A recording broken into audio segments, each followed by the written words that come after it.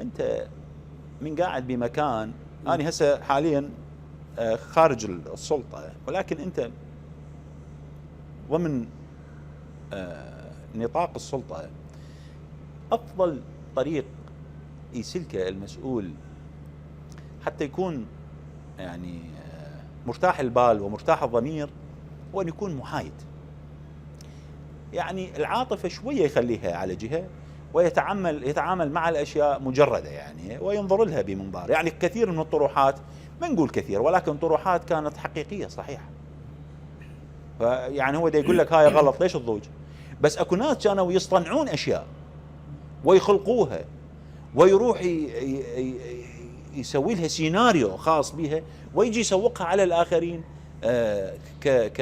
كحقيقه يريد يفرضها على الناس، مادة إله. يفرضها ماده إله. مادة وصارت هذه انا كلش انا اسميها الظاهره الفيسبوكيه.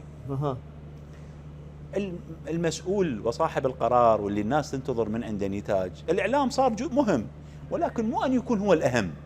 مراقب نسميها، مراقب تمام. لا احنا اكو شخصيات سياسيه صاروا شو ماده اعلاميه؟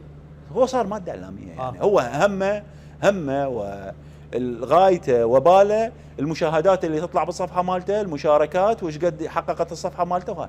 هاي ظاهره فيسبوكيه. شلون هاي؟ من هو هذا؟ هسه احنا من هو الله يغفر ذنبه، ولكن موجوده كظاهره موجوده يعني. يروح يخلق فد حاله معينه، جو معين هو يصنعه